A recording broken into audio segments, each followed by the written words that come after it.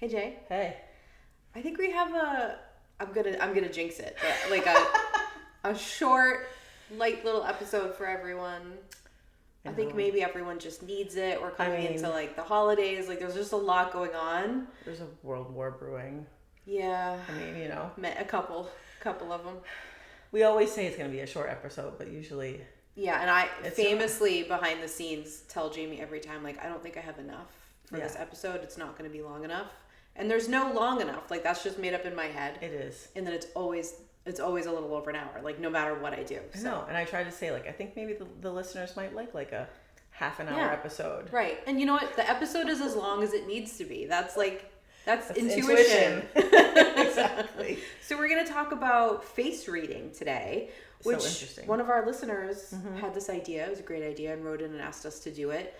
And I love it. It's very fascinating. I had it done one time. Have you? Sort of unofficially at like one of those like psychic fairs. Oh. This will surprise you. This will surprise you zero amounts. They were like, I need a random person to show this to, and I was like plucked from the crowd. Of course, they're like you with the blonde hair. Always, it's always. If I put a raffle in, I'm gonna win. Yeah. I'm not complaining. It's just sometimes embarrassing, but it's fine. Yeah. I've dealt with it for a while. So I had it done, and it was very inaccurate. Was it? Yeah. But since that time, no, also this is a poor person in front of everyone in 2 minutes trying to show. Yeah, that's a tough situation. Yeah, so, I mean, they did their best. Yeah. But, so I sort of had like this feeling about it. But then once I was more into like acupuncture and understanding Chinese medicine a little bit more, then I was like, oh, this is like really cool and legit. So, agreed. Okay. This comes from Chinese medicine.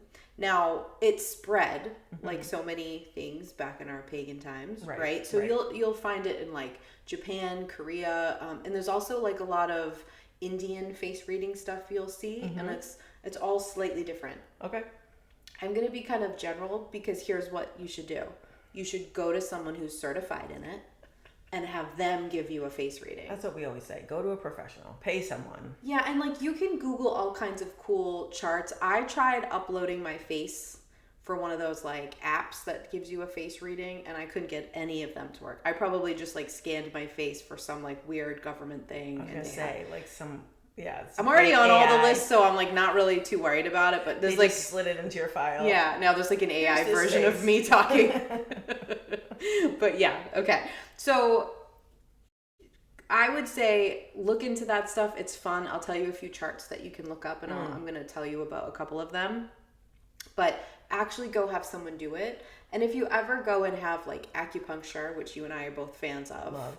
They're going to use points on your face to correspond with different organs and stuff. So it's really not that out there. Like that's a big part of Chinese medicine. Absolutely. Yeah. Okay. So the date of when this came about, when face reading started, I found so many different sources and I couldn't really confirm. Okay. So what I'm just going to say is that I know it was more than 2,600 years ago.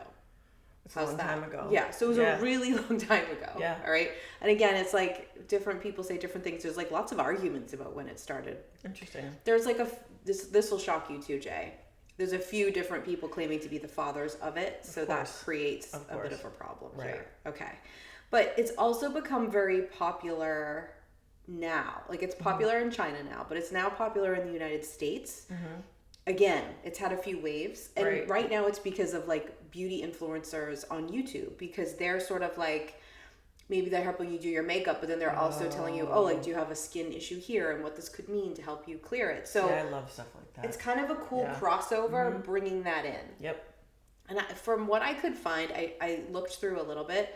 I didn't find anything that felt like icky cultural appropriation to me. Okay. I'm sure that exists, but I'm just saying if you're doing that stuff, make sure you're like understanding the culture you're borrowing from, especially if you're like using it to make money when you're talking on the video. Just have like a bit of knowledge of 100%. that. Yeah. There's lots and lots of different things you can do with face readings. I think people just sort of, at least in America, think like, well, if I have a breakout here, what does that mean? And that is part of it. But it's a tool to diagnose health issues very early. But it also can tell you personality traits, and ages that significant things are going to happen to you. Oh, really? Wow.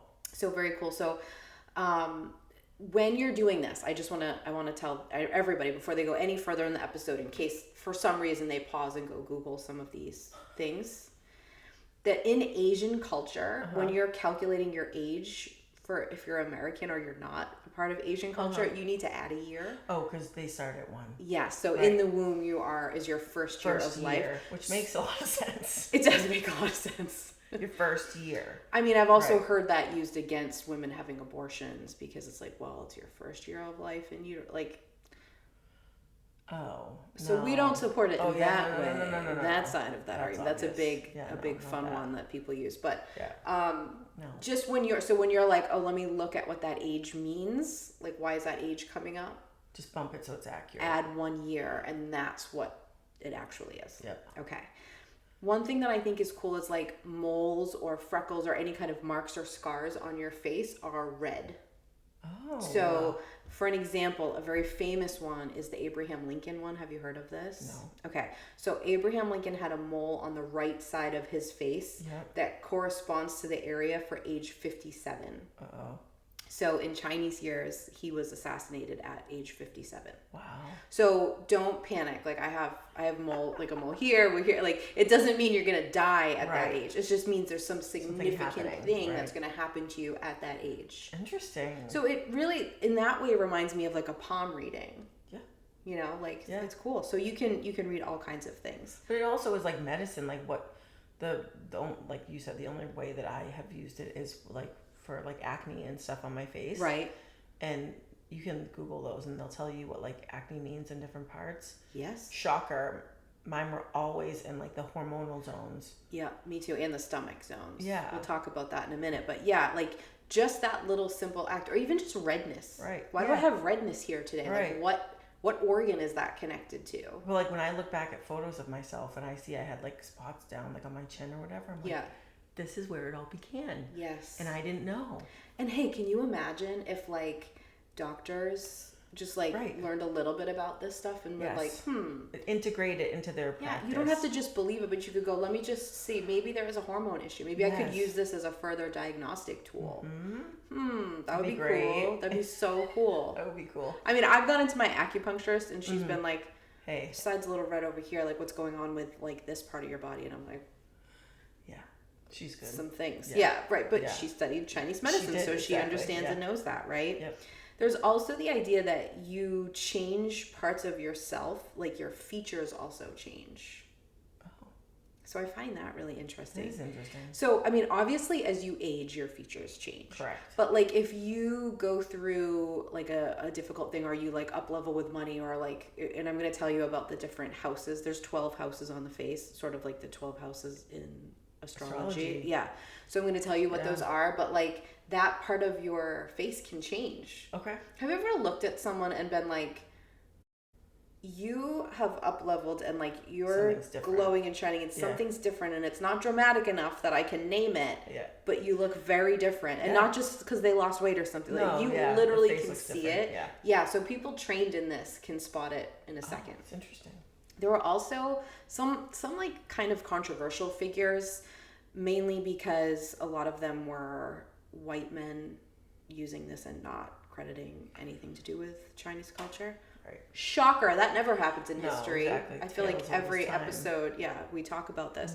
But who were just kind of like well known for being able to just look at someone in almost like a shamanistic way and be like, oh, you're dehydrated, or oh, you have something going on your right kidney, or like whatever. Right, so very cool. And a lot of them have books that you can read. So you can just Google that. I didn't want to shout anyone out specifically because there was like some strange things. But I would say look at the people who were in China spreading that and like maybe get their book translated. Yeah, just think it's a good idea. So like I said, this spread through so many different cultures and it's used in so many different ways. Something I thought was cool is that it's also reflected in body language work. I was going to say, this is kind of right up your alley. Yeah, it definitely is.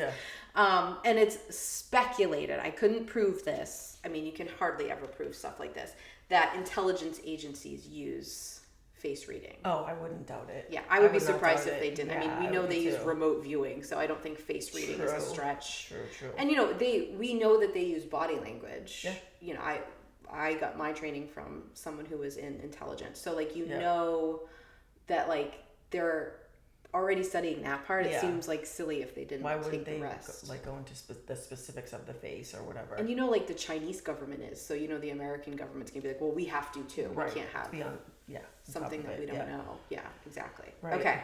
So also your face shape connects to the 5 elements in Chinese medicine. Okay. So the 5 elements are water, wood, fire, earth, and metal. But somebody who is trained in this will look at your face and be like, oh, you're a metal or you're a water, just based on the shape of your entire face. Okay. So I think the circular one is water, which was definitely me. Yeah. So interesting too. And then you can read about that element, and oftentimes just based on that, someone giving you a face reading will be like, you need to, if it's water, you would probably have to do more fire stuff, right? You would find the balance in your chi based on that. I think that's so cool. Yeah. Just your face shape. Yeah, it's crazy. It's amazing. Yeah. So again, it's not just for acne, but any lines on your face, even as you age, redness, any kind of mark, the size of a feature are also read. So how big your nose is, how big your lips are, the location of your ears on your face, all of this stuff. And then they of course connect to emotions as well as organs, because we know each organ holds its own frequency that connects to an emotion. Exactly. Right, exactly. Okay. So I want to go through tell you about 2 of the ways that you can face map with 2 different maps. Okay. But I want to tell you that you can Google and literally find hundreds and hundreds of maps. I found so many. I found very specific just for lip shape. Stuff for your personality, stuff for this, stuff there's so many. Well, this is why you want to go to a professional. That's what I mean. There's almost too many. Yeah. And I'm looking, and there's a lot of stuff from Dr. X, and I'm I don't know how well researched you are. Either. Yeah. You know, so I would say at the very least learn or get a book about it, and then maybe play around with the charts, but from someone who studies it, who wrote about it, because like I said, I feel there's almost too many. So I took 2 classic ones, and I'm going to tell you about them. We're going to take a quick break. Okay. And then we'll come back and do it. All right, Heather. I'm going to play us a TikTok. Nice. For the people to hear, rather than me trying to summarize it. But I sent it to you. I don't know if you've seen it yet, but it's about this. I've seen it. It's this trend that's slowly creeping into social media. Yeah. And of course, I'm instantly red flagging it, but I don't know how many people are. So this for me is my we are not obsessed with this. We're obsessed with taking this down. I just figured out what you sent me. I didn't think I had seen it, but I think I know which one you're talking about. Yeah, it's called the trad wife. Yeah. Trend, which is traditional. Trad is short for traditional. Yeah. So it's traditional wife trend. Which and this even is my just the warning. name ticks me off, but yeah. Correct. So usually sometimes we talk about things we're obsessed with personally, what we're talking about. Yeah. I'm using this segment as an opportunity to be hey, we're obsessed with shouting out stop it. That this needs to stop. But rather than just me summarizing what she said, I'm just going to play a little bit of it and then we can chat. Sounds good. With Trad Wife content, it's this performance, idealized, whitewashed, literal and figurative version of femininity. And look, we could write this off as harmless nostalgia, or we could say it's just content creators doing what they do, going for the aesthetics and getting likes and views from controversy. Or maybe it's just celebrating motherhood. But if that's the case, why is conservative billionaire Peter Thiel funding a magazine to promote this ideology? What I think it's really about is shifting the Overton window. The Overton window is a model for talking about how social acceptability of an issue drives whether politicians are willing to enact it as policy. The trad wife of it all combines with the wellness to right-wing pipeline and biblical conservatism and all of these things which are pushing women more and more towards the belief that birth control is bad. So that when politicians want to make contraception illegal, when they're using that test case to overturn Griswold, there is a portion of women who are excited and willing to defend it. Not everybody. Okay, I'll end it there. We can post this, but I have so many things. I have so many problems with it. So many. And I just want to start by saying that, when you first start, you'll know this once. Now that we've said this, now that we flagged it for you, you're gonna start seeing it. You're gonna clock it a lot. You're gonna be like, oh. And there's a part of me when I first see things like that I'm like, you're a feminist, Jamie. Women can be women however they want to be women. This is the thing. This right here. This right here is the part that gets me. Yeah. Because what you're saying is the argument against feminism all the time. Right. And it drives me crazy because feminism is fighting for you to decide as a woman how your life gets to be. Right. So if you want to be the quote unquote traditional wife and stay home and raise your children and all that stuff, feminism helps you be able to do that. Right. And if you don't want to do that, or you're not as privileged to be able to do that, it also helps you with that. Right. Feminism is so that you can decide. The anti-feminist stuff is always like, oh, you have to be working and emasculating a man. And I'm like, what? Right. Where does that come from? I mean, I know where it comes from. Right, exactly. But continue. I'm sorry. But it's just, well, and first we need to look at, like, define for me, like, trad. Like, define for me traditional, because that actually isn't traditional. No, that's like 1950s. It's the 50s, like she said, whitewashed. It's like what white women were told they had to be to be a good wife and a good mother. Right. So it's actually not super traditional. No. But you can do whatever you want. You can be whatever wife you want. You can have as many kids as you want. You can do whatever you want. But then when you take that and weaponize it, to start changing laws, and like she said, there's a billionaire who's behind a magazine promoting this type of like lifestyle. We've got big problems. I always say I was raised by a homemaker. She didn't work until I was in high school. My mother. Yep. You know my mother. Yeah. Like Martha Stewart, bow down. Like I come from a long line of women like that. It didn't continue with me, unfortunately. No, that's not true. Well, not to the same degree. Not to the same degree. But I was also the same woman. Was an extreme feminist. Like she's a feminist. Yes. So like the idea, it's again the polarization, right? Of like you can't be a feminist and that like that drives me crazy because I'm like I was raised by the epitome of the like showing you that can't be. But I think the even bigger issue here is like we have to make sure what we're paying attention to what we're being influenced by on social media and like once the religious folks go, okay, TikTok's not evil now. Now get on it and use it to bring people to our side. Correct. Okay, that's weird, but okay. But then when you really look at how there's such a problem with separation of church and state right now, that like you're actually now trying to take you're not just trying to like spread your beliefs life, and your life, you're actually trying to take away 100%. My rights. Right. So that's so dangerous and it's so sneaky. And that's what I think the reason, I wanted everyone to know about this so they can be aware of it, but I think it's a really good example of how we always talk about how insidious the patriarchy is and how it's both big and small. Like the patriarchy is like literal systems that are put in place in this country. Like, you know, we could go into that for hours, but it's like big things. It's big structures, big systems, big ideologies. Right. But it's also these very small things that are creeping onto your phones, creeping into your social media that you're hearing and seeing and not realizing. And that's the problem. That's the danger of the patriarchy, is that it's literally everywhere and it's like it's embedded in our society. It's almost like the sneaky ones give me more of a bellyache. Right. Because they're so much harder to counteract or to fight. Right. Or like, you know, maybe you're watching a TikTok for a little while and you don't realize, like, remember when we did the episode on the 7M cult, the TikTok cult? And it's like, just so you guys know, these dancers are funding like a really sketchy evangelical church. So like, be careful. Watch the dancing.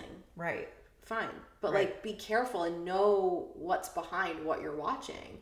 And I feel like it's sort of the same thing here. Like, you just need to be informed of what's coming at you and how they're trying to manipulate you. And don't forget that your views turn into money.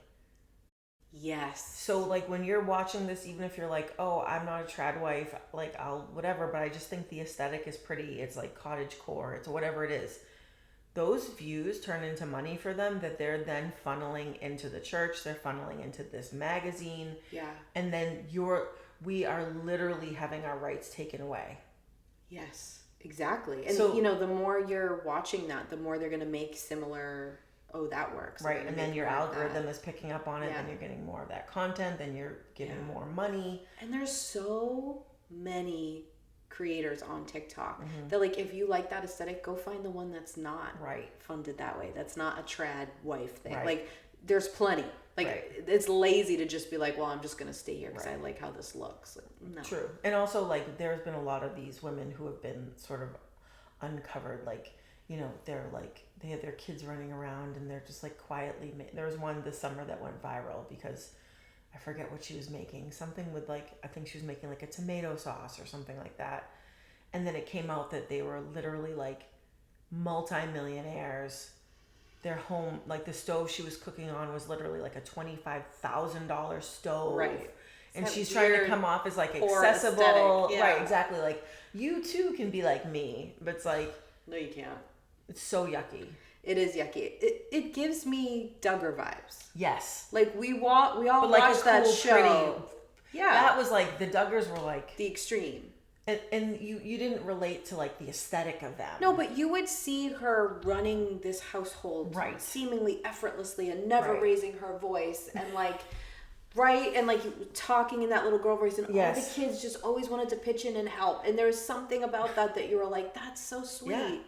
And then like now you're looking, you're like, they were abused. Oh, that's just so not real. Right. So like, just keep that in your mind. Yeah. So consider this our red flag about the whole trad wife trend. Be whatever wife you want, but don't fall for that radical, fundamental. And once pipeline. Like now that you've heard this, you'll see it very easily. Yeah. Like, of course, not everyone who's like, look at me at home with my kids is that. No.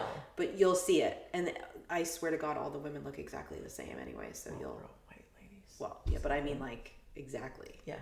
I think they all go to the same hairdresser. The same church. Yeah, that's true. All right, so I want to tell everyone about the map of we're gonna talk about 3 maps, but the first one I want to talk about is the one that relates to the organs. Yeah. So we can post these, but it's literally very easy to just Google. Yeah. I think that might be easier for everybody. Yeah. But I'm just gonna give you a quick walkthrough, and Jay, I'm gonna have it so you can see it too, so that you can help me explain. But if you start at this top center of your forehead, that's your small intestine. Mm-hmm. Okay, so you got a cut there, a big freckle. You got something going, like you got like a big pimple coming out there. Maybe look there. Maybe something's going on there. Okay, outside of that, like above your eyebrows, is the bladder. Okay. Now, every once in a while will have like a million breakouts here. Oh, really? And I never knew why until I looked at this and I was like, that's incredible. What's going on, bladder? Wow. Okay, on your eyebrows, literally right at the eyebrow. You see that? It's like right above, like right on, is the heart. Interesting. Yeah. Liver is like right in between your eyes. Yep. All right, like that little spot there. Underneath your eyes, like where the bags are the kidneys. Mm-hmm. Well, I have bags there. I shouldn't say everybody does. You don't have any bags there. I do. Okay. Then if you go to the outside of your eyes, like almost to your hairline is the gallbladder. I get like a rash there every once in a while. I do too, and I definitely have gallbladder issues. Yeah. Okay, so back to right under your eyes, like the bag area is the kidneys, but then when you go under that again, that's the stomach. Like the apple of your cheek. Yes, I always have redness there, which makes sense. I have all kinds of tum issues. Me too. Oh man. Then the pancreas is right across the bridge of your nose. Okay. A very common place, I feel like, to get like a random like witch pimple. You know, the ones that come on. Clogged pores. Okay. Then like if you had a mustache, that's also your heart. Okay, so you had the eyebrows and then right there. Okay. Now where those, I have lines here. Kind of, I think everyone sort of does around your mouth. You're supposed to have lines there, everybody. By the way. Oh yeah. You were so your mouth can move. Yeah. That's the large intestine. Okay. Then if you go outside of that, the large intestine is like the lines next to your mouth, but then you go outside of that on both sides. What would be like your jowls? Jowls. That's a weird word, but jowls. Yeah, right above the jawline. Yeah. That's your lungs, and then your chin is your pelvic organs. And like you said earlier, you used to get a lot of breakouts on your chin, hormonal stuff, pelvic organs. It sits in there. All makes sense. totally. Okay. Yeah. So Google that and have that, but that's what you also see a lot. Like that's what the YouTube beauty influencers are talking about, which is great and very helpful. I'm a fan. Okay. The other one that I think is cool that you can Google is it's called the 100-year face map. So it's like all these different ages are all across your face. So you can Google it. I don't have it to describe because it's like there's 100 years on it. Yeah. And there's also a few different variations of it. Yeah. But it's interesting. Like I have a mole like right over next to my eye. And I don't remember the age. I think it's like 33 or something. And I was like, probably something happened. And like a freckle on my lip. And I'm like, probably something happened. Like I don't remember. Yeah, that would make sense. You know what I mean? Yeah. Like I'm sure there was something that happened. But interesting. Very interesting. Yeah. But again, if you went to someone who did a reading, they would be able to tell you more about it. Yeah. You know? I have a little mole right here. Yeah, well, interesting. We'll have to see what age that corresponds to. Okay. So then the one I want to tell you a little bit more about is the one that I didn't really know this existed. And this is the one that is very connected to astrology, in my opinion. Okay. 12 houses. Right. It's also called the 12 palaces of the face. Cool. It differs a little bit in men and women, but I'm going to try to just give you the general. Okay. Okay. But again, if you went and got this professionally done and you're like, wait, this is a little different than what Heather said, it's probably because they've specified it based on your gender. Correct. And they're right. And they're professionals. Yeah. Right. And go with what they say. Exactly. So, all right. I also have a nice picture for you to look at here. Oh, yeah. But these pictures correspond to the houses. Okay.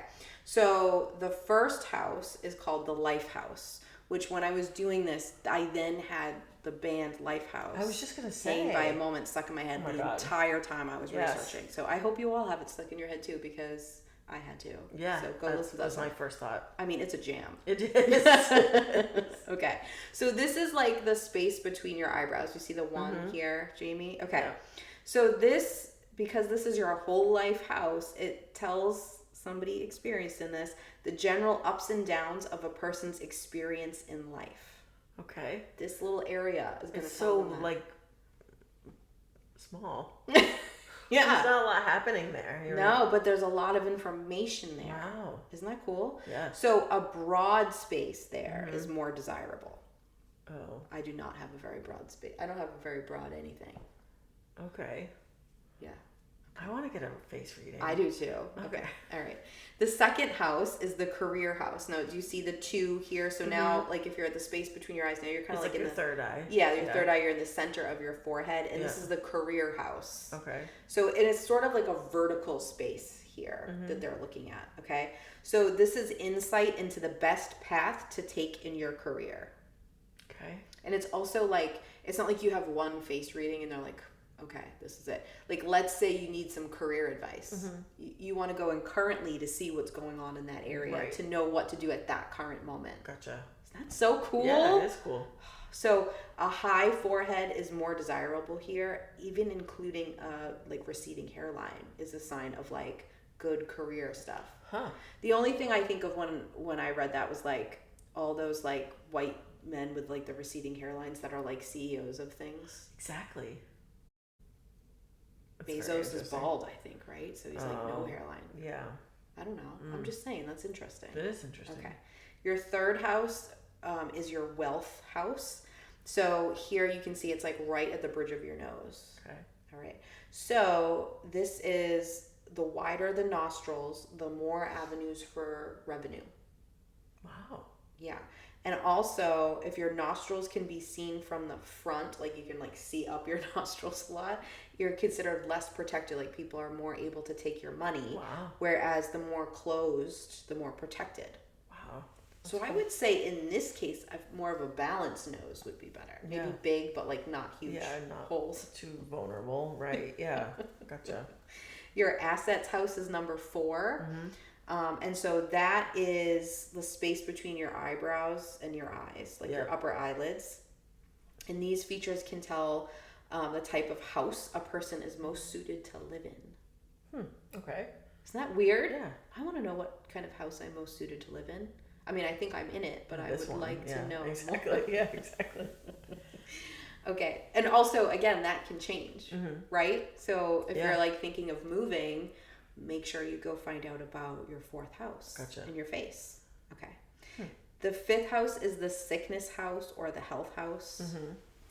It's referred to as the sickness house, but I think some people try to make it sound a little better. Yeah. This is the front, like, bridge of your nose. Okay. I think you can see it here, the 5. So this is like laughter lines here indicate reoccurring health problems. Oh, really? Yeah. I think of, you know how Steve Harvey has that like weird line right here? Like a few people have that like, like I wonder. It's like a crease. Yeah. I wonder what that means. Probably something about that. Yeah. Okay. Your 6th house is your romance house, and it's on the outside of your eyes to your hairline. That's your romance house. Yeah. So all kinds of different opinions. Also, all kinds of like misogyny in the original name of this house. What? In China, it was like the concubine something, and it was all based on men's reaction to women. Right. Yeah. But they've since remodeled it to the romance house. Okay. But interesting. Definitely have a professional tell you about this one because it's all over the place. Right. Your 7th house is your children's house. And ironically / not ironically, it's the eye bags. The bags under the eyes. Huh. Okay. So it's how your relationship with your children is currently going. Okay. So I'm just thinking like all those sleepless nights. You're like, yeah, well, those bags are telling me you have teenagers. Yeah. Exactly. Your 8th house is the servant house. So this is like your lower cheek to chin area. Okay. Hired help, employees, caregivers, friends helping you, anything like that is represented in this house. Okay. And wrinkles here can indicate incompetence in employees. Wow. So it's not like that you're not being a good boss or you're not being a good employee. It's like the people who are working underneath you aren't great. How does your face know that? I don't know. I love it. Okay.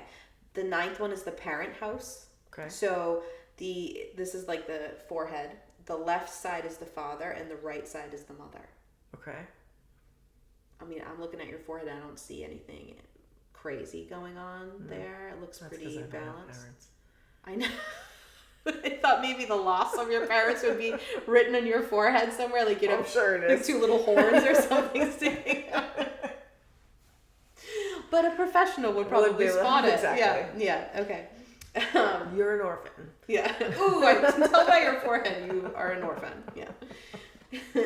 The 10th house is the sibling house or the sibling palace. This is the eyebrow area. Left for brother, right for sister. I don't know. Do I have a lot going on the left? I don't have a sister, but I have a brother. Yep. So let's say, for example, your left eyebrow hairs, like they go in different directions. The person reading your face would know there was conflict in your relationship with your brother. Wow. Isn't that cool? That's cool. Okay. The 11th house is the travel house or the travel palace. So this is like upper forehead near your temples, like kind of just below them. Oh, yeah. And this is positive or negative impact that travel will have on your life. Cool. And it's obviously different every time you travel. So you basically need to employ your own face reader to like every day give you a scan. In-house. Yeah, right. I'm sure there's lots of people willing to do that. Your 12th house is the blessings house. This is directly above your eyebrows. This is your outlook on life. I read that if you have like those protruding bones in the forehead, that it represents stubbornness. And I would like to say that I do have a little bit of a protruding. Yeah, I mean, look at my eyes are set in and then these protrude out. Yeah. Yeah. Interesting. I am very stubborn. I have a lot of Taurus in my chart, so it's not my fault. So those are the 12 palaces or the 12 houses, which I think are very, very cool. Yeah. And again, get a book on it, but get a reading. But even just talking about how the first map was saying that right here's organs, and then the next one saying it's this palace, like, get someone to help you integrate all that information. Yeah, because you know they all connect and they all make sense, that the organ and the age and this and then that like all connect to each other. And like obviously like the mark on your face in that area is going to maybe connect you to what kind of event. Exactly. Yeah, someone who's versed in all of this can just know that by looking at your face. Yeah. And maybe don't do the thing I did when you scan your face and upload it to a like mysterious app that never signing works. your rights over to some foreign country. You know what I mean? There'll be some like AI podcast of my face and voice that's like your face is gonna be like patriarchy on a bus in like China somewhere. All right. I mean, that's fine. Weirder things have happened. Right. Okay. I think a couple of just points I wanted to bring up that I thought were interesting is in Chinese medicine, if you had a sudden change, like an injury to an area of your face, it would be considered like something that's really going to change your life and your health. Really? Okay. So like if you got like a cut or a scar or like a black eye or something like that's going to have a big impact on your path. Wow. Interesting. Don't you think? Yeah, it is interesting when you think about it. There's also some very interesting articles you can read, and they're not really based in any kind of fact. They're just sort of debating whether having cosmetic surgery on your face alters this kind of stuff. Like, are you now altering, like, if you make your nose really small, are you, like, affecting your wealth house? Yeah. Your relationship with people? Theoretically, yes. You know what I mean? Yes. Like, and is it based on the new one or the old one? Or did you feel drawn to make that change because you're making that change in your life, so you want your features to reflect it? Like, very cool when you think in that direction. Intriguing. Yeah. If you were gonna have anything done to your face, what would it be? Me? Yeah. I don't know. I like my face. I like your face too. I feel like every woman though has like a thing where they're like, hey, you could have a free anything you want done to your face. Like, what would it be? I mean, I'm probably gonna need these like 11s adjusted. Yeah, I mean, I think I would have like my eyes are starting to disappear into my head. I think I would have this like lifted up just so my eyes are a little bit wider again. But a lot of interesting stuff, like, well, whatever you're drawn to, like whatever part of your face you're not a huge fan of is also like pointing you to a part in your life where maybe you need some healing, whether it's like the organ or what that house represents. Yes. Do you know what I mean? Like, don't just take it as this acne says I have a small intestine issue. I mean, do that, right? But also, like, think about these things. Like, what parts of your face are you the most insecure about? Yeah, and when you go back to the plastic surgery part, like when you think about women and like, I mean, I think of the housewives. Well, how could you not? See some other episodes. We don't have a housewives episode, but we've mentioned them. We have a whole obsessed on Lisa Vanderpump. I love Lisa. But if you think about like the sort of extreme versions of those women who like do like a lot of work on their faces, right? It's almost like, are you resisting? I mean, obviously you're resisting aging, right? But are you resisting internally, like the growth? Ooh. Like you're trying to keep everything looking the same. Yeah. Like there's no change. There's no evolution. Yeah. It's just like. And then, I mean, I've always found the plastic surgery, I was going to call it argument. I don't know that it's an argument. The idea of it interesting. Yeah. Because like on the one hand, there's the like, well, you're not accepting yourself and your own unique beauty and like you're trying to meet a different standard and like all of that on there. But then there's the other part of it that's like, it's really hard to like the way you look. So if you could do something to make yourself feel better, then you should do it. So again, there isn't a right or a wrong here. It's just like, I bet both of those energies play a part in that process for you and like what happens if you alter your face. Definitely. I mean, we've had this discussion before, like privately, but like if you could get plastic surgery or even like I know women who get Botox because it literally just makes them feel better. It's like a self-care thing. Like if you can do that without like the dysmorphia running the show, that's when it's a problem. Is it like when it's not really coming from like a good place inside of you, it's more like your fear is taking over. Are you saying that like everything, it's a spectrum? Exactly. And you just have to be careful not to fall to the darker, better, harder go parts too of far. it. Exactly. I think honestly, like I had braces, so like exactly. Imagine if I was then like, you shouldn't have plastic surgery to alter your appearance. Well, I altered my teeth. I did too. I mean, it didn't work very well, but I tried. Like, you know what I mean? Well, I dyed my hair sometimes, or I cut my hair. Like, that's changed. Like, there's like, not really a line.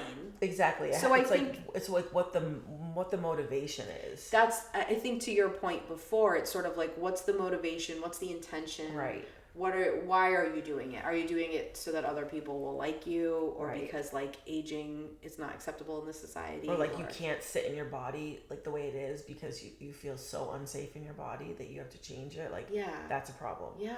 But like if it's because it just makes you feel better, like you get some Botox, you have fillers, whatever, it makes you feel a little high better. Fucking five. Go for it. Yes, absolutely do that. Yeah. It's really hard to exist in a body. In this country, in the year of Barbie, the Barbie movie. Oh, I got my Barbie pink on today. Too, exactly. The year of the Barbie movie. I mean, it's so hard. Yeah. So, I mean, we did an episode on, is it, brave to not wear makeup. It sort of reminds me of that. Like, it's kind of part of that issue. But I think it's really interesting to look at this stuff and to just have another tool in your toolbox. This adds a whole, like, very interesting layer to that. I agree. I feel like I'm going to be staring at people's faces a lot more in a different way instead of just trying to read their like micro expressions, which is what I'm usually doing. I will also try to be like, I wonder what that mole on your face means over in that quadrant. I'm going to have to go look it up. Exactly. Yeah, definitely. So, but I'm going to say it one more time. Pay someone who's certified in this to give you a reading. And if you find someone good or you've done it before or you do it, message us because we both want a reading. Yeah. So I'd like to hear about that. Yeah. All right. I think we need coffee, and while we're drinking coffee, we can stare at people's faces around us and decide what we think it means.